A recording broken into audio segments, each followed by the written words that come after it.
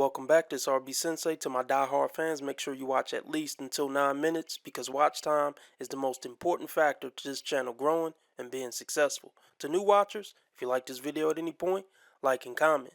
Be sure to follow me on Rumble, Discord, or Twitter, links below, because who knows how long they're going to let me stay on the tube. Now let's get into this ridiculous nonsense. And you might say, well, I'm not in the mood. It's like, get in the goddamn mood. Women, we always seem to be the brunt of some kind of attack. How? Never been married, childless, cat ladies. Honestly, that sounds like a dream come true to me. He was charismatic, gregarious. Everybody loved him. My mom loved him. My sister loved him. But there was something inside of me that just said, this is not perfect. I have to admit, I was not faithful in this relationship. Funky dog head. I had an ugly duckling phase. Don't tell anybody. I destroyed all the pictures, so there's no proof. Before I became a video model and a model, and I was like known as the brain amongst all my friends. You know, so I was studying forensic psychology with a minor in English literature in university. Ooh.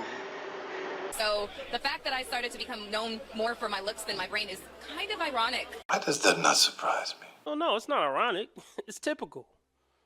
I don't care how intelligent a woman is, she would rather be a sex object. She would rather get validation for being a sex object than being the brains of her social group. Women don't give a damn about being acknowledged for that. I don't care how brilliant of a theoretical physicist a woman is. If she could pick being a famous theoretical physicist or being a hottie Kim Kardashian sex symbol that's famous for just being super hot, she would pick the latter. If she was so noble and she cared more about being the brains and being intelligent, she would have went that route and would have threw away the being the hot sex symbol on the front of magazines. But you see which one she picked. And the whole ugly duckling thing, they're dangerous. If a woman was an ugly duckling all her life and now she's being seen as a hot bitch, oh, she's throwing away all her old friends. She ain't sitting at the old table no more. She gonna act like she don't know you no more when she start getting attention. Yeah, she's gonna be a whole different person. Attention just snowballed, and I started to see that I was able to, make a business out of it. If it didn't make money, it didn't make sense.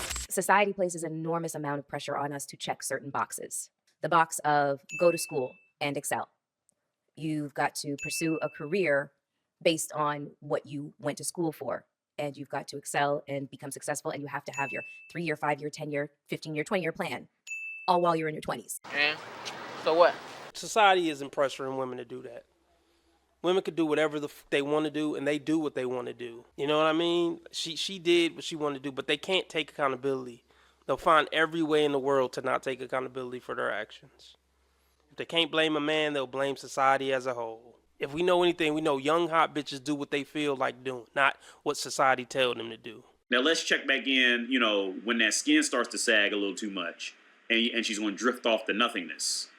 Because then they start to realize, oh, well, maybe I have to start thinking for a change. Uh-oh, I got to have a personality. I got to be likable when I open my fucking mouth for anything other than sucking. What? This is torture. This is hell. Get married, get the white picket fence, and have 2.3 kids. Never figured out the point situation when it came to the statistics, because what's a third of a kid? But I digress on that. What would you do with a brain if you had one? Problem with the boxes is that we never check in with ourselves. It is never, ever, ever our first thought as to, well, what is it that I actually want? It's a damn lie. Nobody knows why liars lie. When you ran out on your perfect boyfriend and go move to a different fucking country and go be a video vixen, you didn't check in with yourself? Who made you do that? Society didn't tell you to do that. I ain't forgot about that shit. Y'all niggas think I forgot. Nigga, I ain't forgot about none of that shit. I am now, welcoming into my circle a lot of women who checked all those boxes. And for all intents and purposes, a lot of the stuff really actually did not work out. Yes, they ended up with the children, but they ended up in sometimes a loveless, sometimes an abusive, and sometimes a marriage of convenience. What a coincidence that you would use the bad examples. You don't think she knows any happily married people? Of course she do. But she's not going to use those examples because those would make her seem like the pathetic woman she is. So basically what you're saying is women are going to be miserable no matter what. That's basically what you're saying. And that's what I say all the time. Whether they settle down young or don't settle down young, they're going to be miserable no matter what. They always think the grass is greener on the other side. Look at her face. Does this look like a happy woman, despite what she's saying? Does this look like a joy-filled, happy woman? Absolutely not. Don't feel sorry for her, though. Because she's put this look on the faces of 1,000 decent men. You don't know that. Sometimes they didn't even get the marriage. They just got the kids. And they inherited a whole lot of struggle and strife. And it's not to say that their choices are better or worse than the choices that I made. These are just choices. But for us women, I feel like our choices oftentimes have never really, really belonged to us. And when we have tried to exert our sense of independence, we are shamed for it. Shut the fuck up. Shut the fuck up. But niggas, I'll fire out you, nigga. Shut the fuck up. At this point, let me go on to the second engagement. So I'm 28 years old and I have left the previous relationship, the 0.5, and I have met this man who, the minute I saw him, I knew I was going to be with him. He just was it. I don't know how to describe it. And the second I heard his voice, I said, I'm going to marry this man. I don't know what it was. Like, he had this Louisiana drawl. It's my favorite Southern accent. He was huge, like 6'1", 246 pounds of hulking muscle. He had skin the color of like red clay. He had this thick neck, big round head. He had this crooked tooth that drove me wild. His flaws were like manna from heaven for me. And I loved his dirty draws, and I could just sleep in his armpit right after he played a game of like pickup basketball. That's nasty. Of course. Alpha Tyrone. Giga Tyrone. Of course. When women are left to their own devices and she got some looks and whatever, they're going to chase the hottest, edgiest, most charismatic bad boy. And it's never going to work out with that guy. That wasn't love at first sight. That was lust at first sight. Women think with their pussy more than men think with their bitch. God, you're sick. But society ain't gonna tell you that. The media ain't gonna tell you that because they gotta sell a Maybelline at the commercial break. So it don't matter what use you're gonna tell us about from this guy. If he didn't use you, you would have did him like you did the first guy. And I bet she stayed with this guy longer than she stayed with the first guy. They always stay with the abusive guy longer. All these abuse stories, it's always weird that they always stay with these men for 5 years. You know what I'm saying? Where they knew how to get away from that nice guy in 5 seconds. Like, isn't that a big coincidence? That's a coinky dink. And our courtship was a whirlwind. He wined and dined me. He bought me lovely, lovely gifts.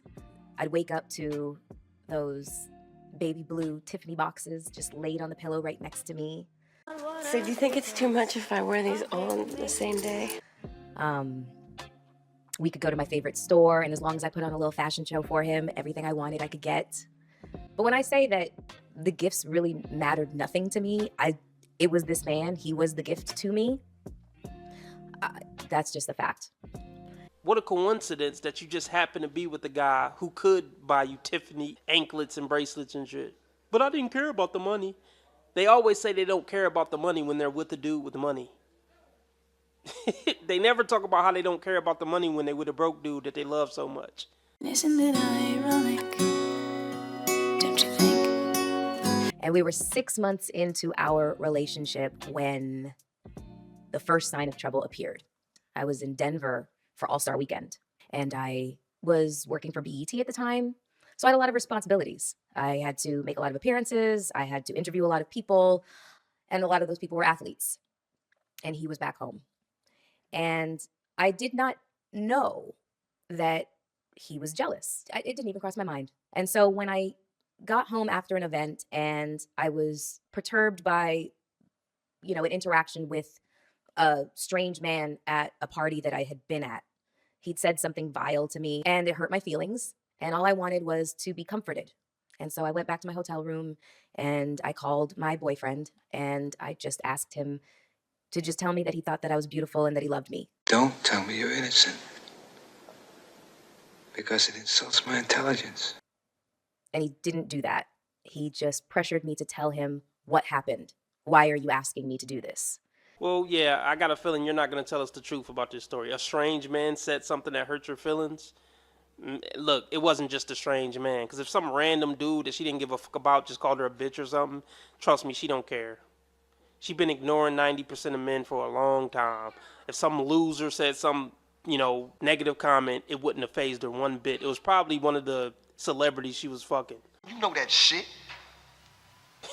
We're only gonna get some version of it that make the man seem like a monster. His woman is at All-Star Weekend fraternizing with ball players and rappers and entertainers. I didn't know he would be jealous. They want these tall, handsome alpha men who are rich to not be territorial and possessive. Of course they're gonna be that. Are you fucking kidding me? And so I told him what happened, and he responded by saying, "Why would I want to date such a weak bitch My nigga. that would be that offended by what some strange guy has to say to her?" There's just no way that he just said that to me. I'm sorry, what? And he said, "You heard me." And I said, "I'm really confused right now." And he was like, "I'm sure you are." I felt like I was talking to a stranger. There's no way that this was the person that I had just spent the last 6 months with, completely absorbed with, you know, and in the throes of like love and ecstasy with. And I said, "You know, I'm glad that I'm finding out who you really actually are now rather than later." He said, "Yeah, I'm sure you are." Click.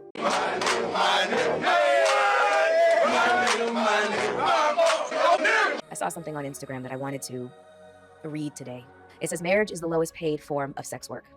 Women are owed reparations." Like, what? What? You just saying anything now, ho. Marriage is the lowest paid form of sex work? No, wait, hold on, wait, lowest paid? To fucking take care of you for a lifetime is the lowest paid? No, the bitches in Colombia getting $40 is the lowest paid sex work. Man, these women are fucking delusional. Oh my God, we are owed reparations? A man loved you and gave you babies and is willing to take a bullet for you, but he owe you reparations? You gotta be fucking kidding me. So at least they're admitting women are fucking prostitutes. She's admitting it in this fucking thing right here. Marriage is the lowest paid form of sex work, aka all women are prostitutes. They are who we thought they were. Because I have no shame in having a price on my kitty cat. The people we lay with are the people who are most likely to kill us, which sounds really dark, but that's the reality we're living in. The reality is women have lost their lives in pursuit of men. Women have lost their futures in pursuit of love. I think we all need to really sit down and ask ourselves as individuals, what does love actually mean for me? And what in my life resembles that? Mama say that happiness is from magic rays of sunshine that come down when you're feeling blue. Does the man that I've chosen resemble that love that I want and deserve?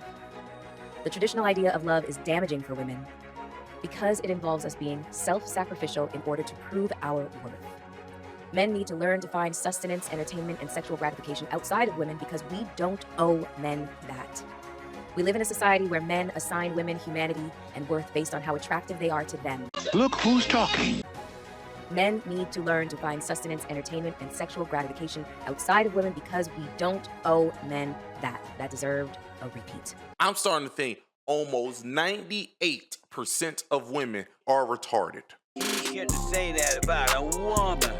Why can't you say women are wrong when they're wrong? You want to be making moves on the street, have no attachments, allow nothing to be in your life that you cannot walk out on in 30 seconds flat. Okay, first of all, I didn't miss the red flags. I looked at them and thought, damn, that's sexy. And that's my problem.